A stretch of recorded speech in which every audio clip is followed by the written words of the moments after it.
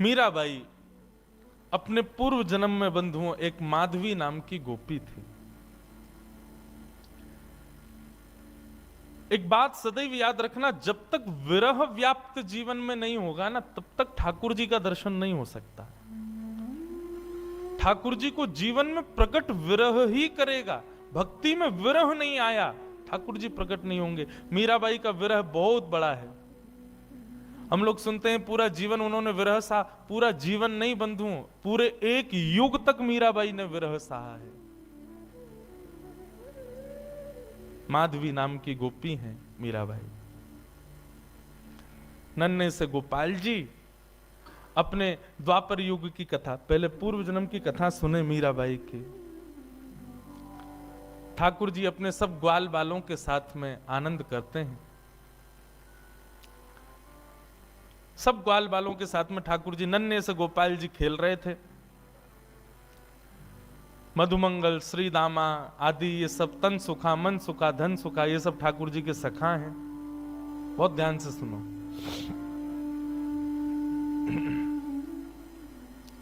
ये सब सखा हैं ठाकुर जी के।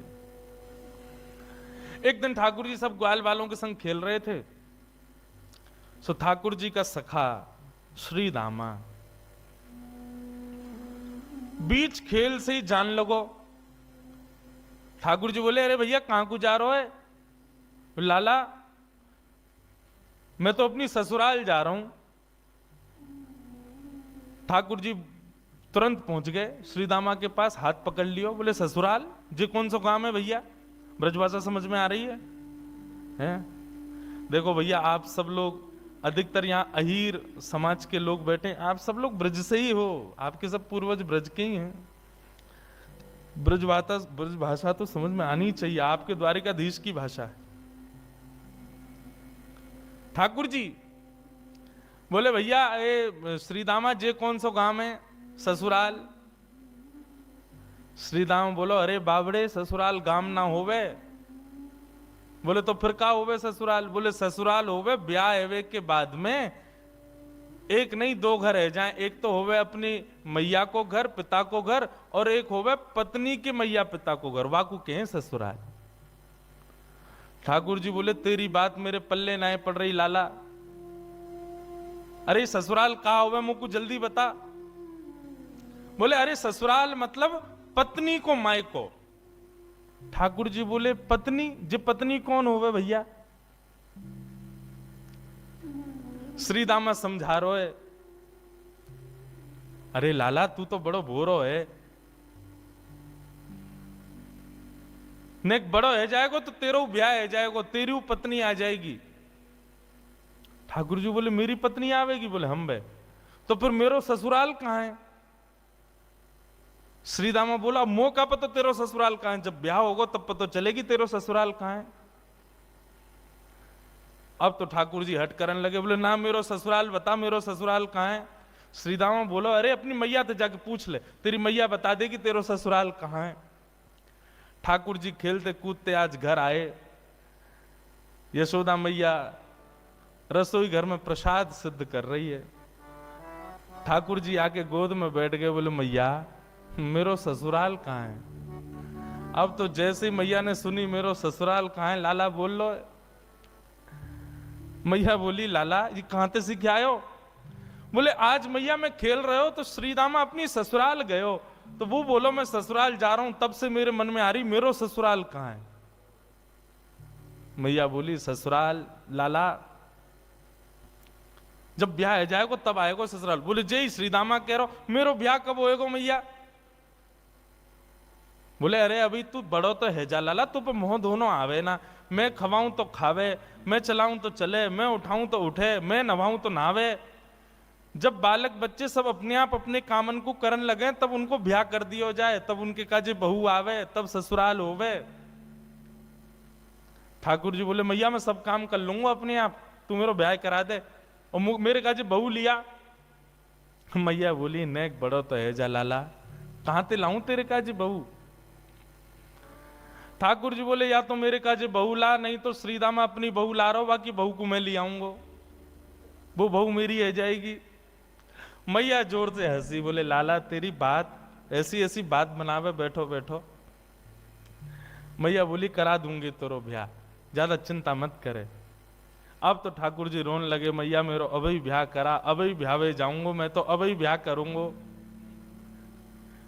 यशोदा मैया परेशान है गई, बोले लाला चल करा दूंगी तेरो ब्याह, अब रोवे मत। बोले कब करावेगी, तिथि बता मोकू, तिथि बता, दिन बता, समय बता, सब बता, तभी जाऊंगा यहां पे।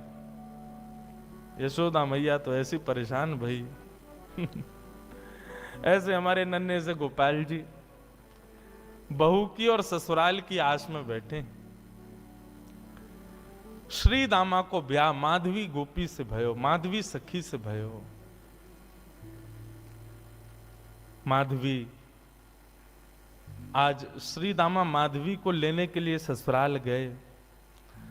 ससुराल से जैसे ही माधवी आने लगी, सो मैया ने पढ़ा दी माधवी और पढ़ा लिखा करके भेजी। बोले देख तू अपने ससुराल जा रही है, राजा लेवे आए हैं, लेकिन ध्यान रखियो, याद रखियो, ससुराल में सबको सम्मान करियो, सबको आदर करियो, सबसे प्रेम से रहियो। मैया खूब सिखा पढ़ा के भेजी अपनी बहू को।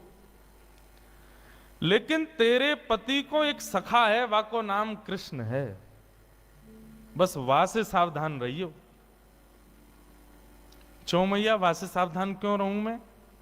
बोले अरे मैंने सुनो है वो कन्हैया जाकू अपना रूप दिखा दे, जाकू एक बार अपनी तिरछी नजर से देख ले, वाको फिर गृहस्थ आश्रम गृहस्थ जीवन बर्बाद है जाए। वो फिर वही को देख तो रे, वाक्य रूप में कछु जादूगर है वो जाकू देख ले, वाकू अपनो बना ले, फिर वो अपने पति को ना रहे, वही को है जाए। मां की बात सुन करके माधवी घबरा गई। बोले ऐसो कैसो है कि पति छूट जाए वासे? बोले यही मारे मैं कह रही हूं, तू सब कछु करियो, लेकिन तू मुख को वचन दे के जा, वाह कृष्ण को अपना मुख मत दिखाइयो। चाहे तो को जीवन भर घूंघट करके रहना पड़े, लेकिन कृष्ण को मुख मत दिखाइयो।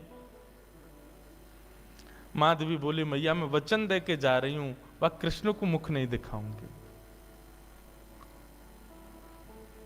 श्री दामा माधवी को लेकर के ब्रज जा रहा है। श्री दामा पहले ही माधवी से चर्चा करते आ रहा हो रास्ता भर। सो श्री दामा ने कही, बोली अरे सुन, ब्रज में अभी मैया मिलेगी, पिताजी मिलेंगे, सब मिलेंगे, सबके संग फिर बोलो मेरो एक सखा है कृष्ण, वाकू जब से मैंने बताई ससुराल के बारे में, ब्याह के बारे में, तब ते बड़ा उतावलो है, तो है सके वो तो उसे मिलवे आवे तो वाकू अपना मुख दिखाई दियो। मीराबाई ने जैसे ही कृष्ण को नाम सुनो महाराज, आदि माधवी ने जैसे ही कृष्ण को नाम सुनो, आधे रास्ता में ही घूंघट कर लियो। बोले वहां से ही तो बचवे के काजे मैया ने कही है, वाकू मुख नहीं दिखाऊंगी। अपना मुख छुपा लियो माधवी ने। जैसे ही वृंदावन पहुंची बैलगाड़ी, सखान ने जाके ठाकुर जी को बता दी, अरे अरे लाला देख श्रीदामा आगो, अपनी ससुराल से आगो, अपनी बहू लेके आयो है। अब तो ठाकुर जी व्याकुल है गए, बोले बहू आई है, मैं भी तो देख के आऊं कैसी बहू होवे, कहां तक कैसी ससुराल तक कैसे आमे, कैसे कहा होवे। ठाकुर जी तो इतने उतावले हो गए महाराज, पहुंच गए बीच रास्ता में। अरे भैया श्रीदामा आ गए हो? बोले हाँ आ गए हो लाला। कहाँ है तेरी बहू, कहाँ बैठी है? बोले पीछे बैठी है। बोले अच्छा, मुंह को मुख दिखाई दे। बोले तू देवर है, वो तेरी भाभी है, भैया खुद ही देख ले। जैसे ही रथ रुका, माधवी भीतर से सुन रही थी कि कृष्ण आ गया है। माधवी ने घूंघट कर लियो, आसपास सौल आदि और पड़ी, वो भी ऊपर से डाल नहीं, मुख मोड़ करके बैठी है, कहीं से भी मुख दिख नहीं जाए, एक अंग भी मेरो दिख नहीं जाए, मेरो पातिव्रत धर्म नष्ट नहीं है जाए। मेरी मैया ने मुझसे कही कि जो वाकू देख ले या वाकी नेत्रन में आ जाए, वो कभी जीवन भर अपने पति की ना रह पावे, वाकू मुख नहीं दिखाऊंगी। ठाकुर जी भीतर पहुंच गए। श्याम सुंदर बैठे हैं सामने और माधवी से कह रहे हैं, अरे श्रीदामा की बहू नेक हमऊ तो दिखा, तेरो मुख कैसो है? अरे नेक दिखाए दे।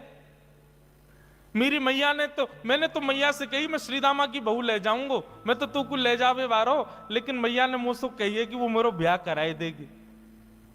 मैं तो ब्याह कर लूंगा, मेरी वो बहू आ जाएगी, लेकिन एक बार देखूं तो सही बहू होवे कैसी है, नहीं दिखाए दे। मीराबाई तो और छुपावे, मुख नहीं दिखावे ठाकुर जी को। ठाकुर जी कभी पाम पकड़े सो इधर को है जाए, ने ठाकुर जी बगल में आमे सो इधर को भाग जाए। खूब देर ठाकुर जी मनोहार करते रहे, लेकिन माधवी ने अपना मुख नहीं दिखाया। थोड़ी बहुत देर तो ठाकुर जी मनोहार करते रहे, जब माधवी ने मुख नहीं दिखाया सो ठाकुर जी बोले, देख तू मोसों अपनो मुख छुपाए रही है, तो है ना पतो मेरो मुख देखवे के काजे सब तरस हैं, सब तड़फ हैं। बड़े बड़े ऋषि महात्मा ज्ञानी हिमालय पे जाकर के तपस्या करें तब जाके मेरो मुख दिखे, और तेरे सामने प्रत्यक्ष बैठा हूं, हाथ जोड़ रहा हूं, पाम पर रहा हूं, तब वो अपना मुख नहीं दिखा रही है। जा तड़पेगी तू मुंह को देखवे के काजे, तरसेगी, व्याकुल रहेगी जीवन भर।